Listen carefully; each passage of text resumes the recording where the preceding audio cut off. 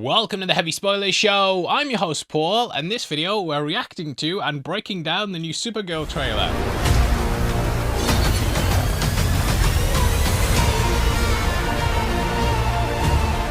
Now, I didn't cover the last trailer. To be honest with you, I've never actually read that graphic novel, and I'm not someone who wants to just come on and rattle off facts about things I don't really know. I think you can totally tell when someone doesn't know what they're talking about and they're just Googling Easter eggs and stuff, and I try and avoid doing those videos as much as possible. And that's why you'll see me doing like an hour-long breakdown of the X-Files instead of some new TV show, because I know a shitload about that, I know nothing about this. But yeah, I didn't just want to rush out a video on a book that I hadn't really studied before, and to be honest, when I watched that trailer, I didn't really like it that much. I know it's a very, very basic take, but I thought it just looked like another Guardians of the Galaxy clone that at the moment I feel is rife throughout the DCU, you know, with Creature Commandos and Peacemakers, another kind of ragtag group of misfits. They had elements of that in Superman, and this as well. I did just kind of feel like it was more of the same and not necessarily something that I thought was at the cutting edge of what I expect or want to see in comic book movies. Because let's be honest, we've had like 20 years of this same style at the moment, so I was very kind of tepid on it and wasn't that interested in kind of what they were doing. So yeah, I avoided doing that, but I thought with this trailer coming around, we've got kind of a clear week before things really hit the fan with The Boys, Daredevil and Invincible and Super Mario and stuff. But I thought I'd just take a look at this trailer, kind of react to it, because let's be honest, I'm the kind of person that they need to win around. Not being egotistical and stuff, but you know, I am quite a big DC fan. You cannot see all the graphic novels off to the side, but there's a hell of a lot of them, and I'm someone who's kind of drifted more away from that side of stuff. I thought Superman was okay, had my issues with it. I thought the first hour was a bit all over the place. Second hour was when I kind of got into it, and the direction they're taking things. I'm kind of someone who's in the middle ground. I do like the Snyder films, but also if you don't like them and you like the gun stuff, that's totally up to you. It's more kind of your style and aesthetic. So yeah, going into this is obviously the second film in the DCU. So let's see if it wins me round. Let's see what I thought, or will I still remain a hater? This is a pure, unfiltered reaction. Well, so yeah, before I forget, there's Superman and Supergirl merch at the store below. It's all inspired by the movies. We've got a Fortress of Solitude stuff, lots of shirts on there, and big discounts as well. But yeah, let's get into the trailer. Hey, I was just touching base to see when you think you might be coming back. You know, I'm just worried that you're not going to find your stride here if you keep going off-world all the time, Kara. I'm worried you're not going to find your people. Yeah, well, that's the thing. Yeah. That Superman image just looks so flat. I'm sorry, I'm being a hater, but here's Krypton. Well, this looks good at least. Okay, yeah. Yeah, that's a really good shot, to be fair. Buddy. Bit of Jimmy Ruffin. Crypto and I at least had each other. Honestly, I thought we were lucky.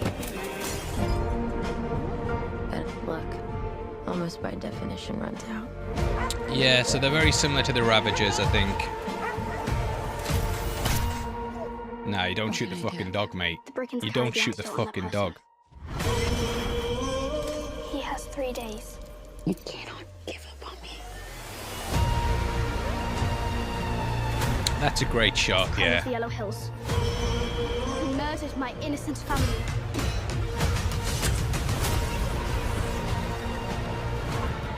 Just do what I say. And don't die. This does not look like this is gonna end well. For you guys.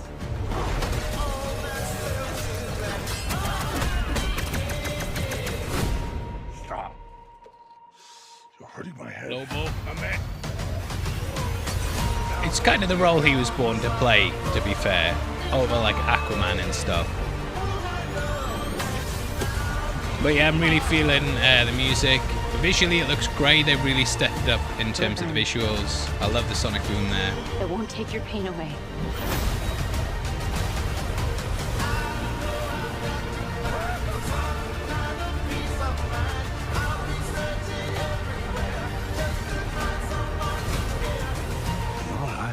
So that looks like a lot of third act stuff. Lot of pain. With her finally in the suit. Lot of suffering.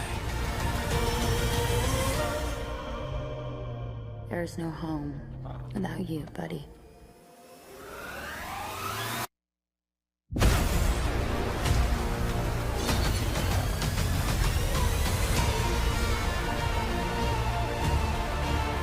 Aren't you the ditz from that dive bar? Funny.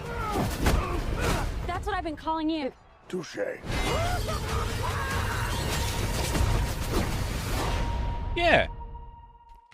You know what? I'm gonna say, it did. You know what? It did. It got me a bit. Obviously, you know, I've kind of talked about it in the intro. I didn't think that first trailer was very good. First trailers, they tend to be stuff that kind of sets the tone, and a little. It's sort of like a little teaser for the movie, a teaser trailer, if you will. It's really the main trailer that kind of needs to sell the movie. And you know what? I think they did a really good job there.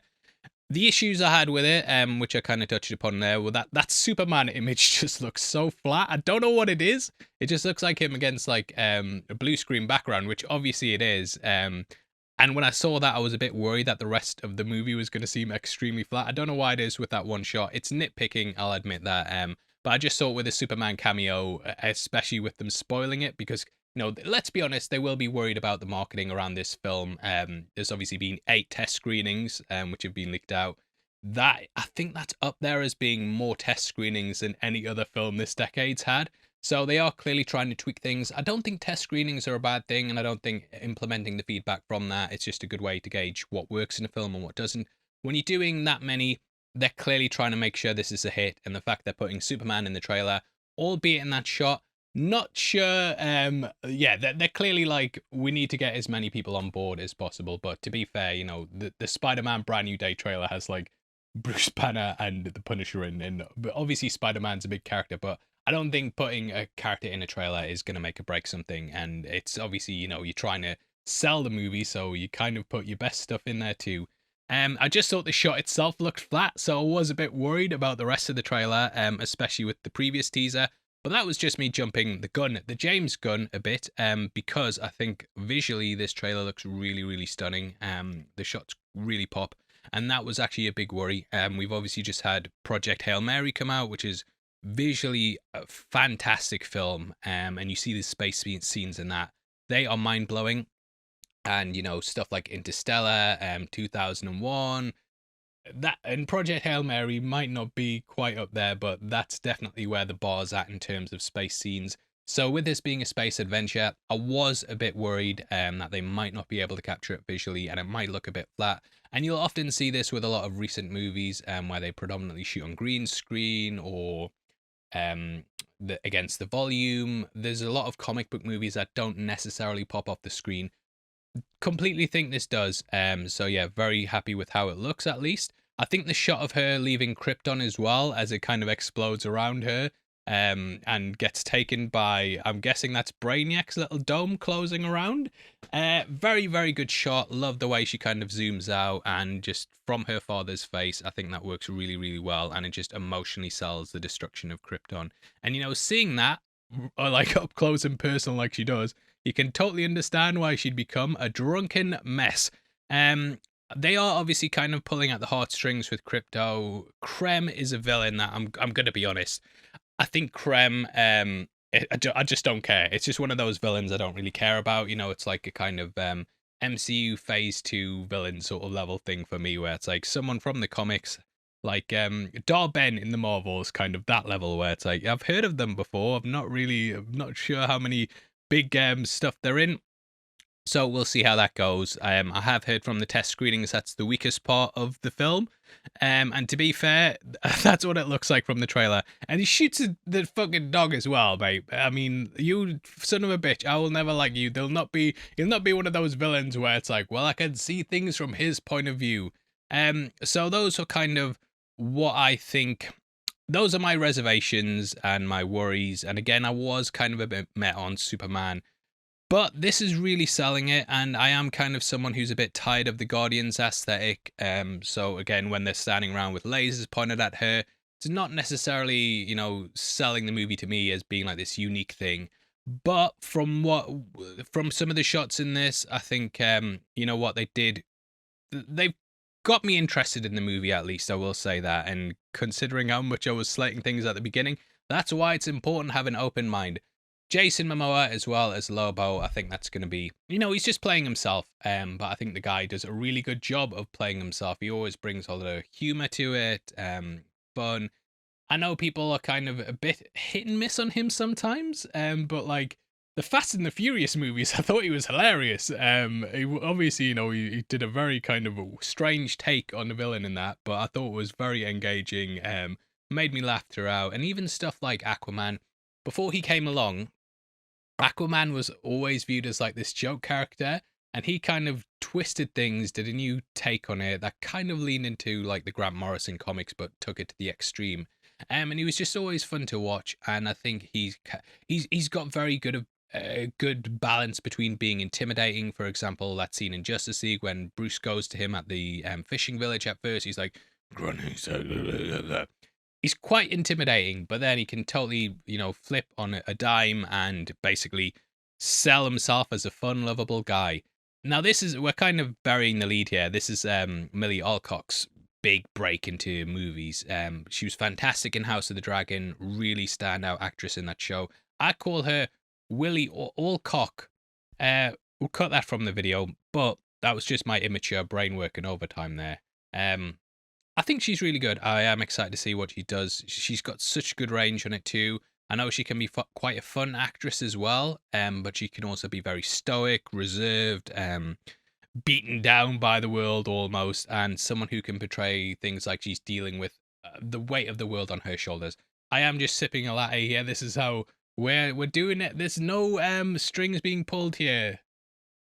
The story to me seems kind of more like your sort of generic like escort mission sort of thing where she's clearly shut off, she hates the universe, she's been wronged so much through life, and then she meets a young girl who's kind of following in her footsteps, but in mentoring her and seeing how she is, she learns to embrace the good side again and go back to the light and be a nice person. So it seems like they're going with that as the story structure, with this girl who's trying to get revenge on Krem for killing her family. It's obviously, it's one of those tales that you've seen thousands and thousands of times before, but it works for a reason. And I do think taking it with a sort of younger girl is going to be, it's quite a smart way to go in terms of we're joining a character who is in Kara, who's at like the midpoint of her story.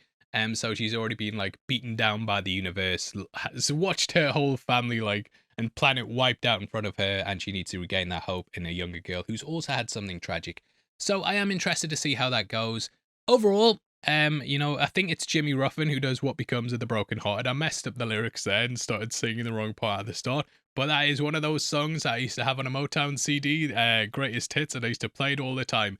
So I am very, you know what? I said at the start of this video, I'm going to be interested to see how if this wins me round.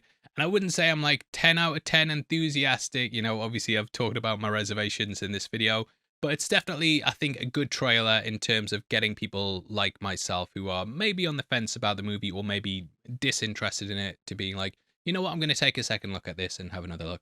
So yeah, good job, guys. You melted my cold heart, and hopefully this young girl melts Kara's cold heart as well, and maybe I will learn to love again and see the goodness in the world through a film like this. But yeah, huge thank you for sticking with us. With these videos, we are, like I said at the start of the video, we have got a lot on at the moment. I'm very lucky to have seen the things that I've seen, but I want to do as deep a dive on them as possible in terms of like The Boys and Invincible, which you've got. I think Embargo's still up, but there's going to be a lot to talk about, so we're really focusing on those at the moment. But I just thought we hadn't covered this movie at the channel yet. I didn't want to seem like I was ignoring it, but whenever there's been stuff that's come out, it's been like, I think Doomsday was like, they dropped a Doomsday trailer or teaser around the first trailer, and I was like, well, unfortunately we've got to focus on that. But yeah, I thought I'd take a look at this, just do a quick reaction and give my thoughts on it, kind of where I am with the movie in terms of everything. And I'd of course love to hear your thoughts as well. There's obviously going to be a lot of differing opinions on this. There's going to be some people who say it sucked. There's possibly some people who are like me, who have seen this trailer and are like, you know what, it looks all right. There's going to be people who've seen the trailer who will like that and be like, you know what, this fucking sucks still. So leave it in the comments below. Huge thank you for checking out the video. Please hit the thumbs up as well. And yeah, thanks for all your support. Now, if you want something else to watch, we've got a breakdown on screen right now. But if not, thank you for sitting through this one. With that out of the way, I've been your host, Paul. You've been the best as always, and I'll see you next time. Take care. Peace.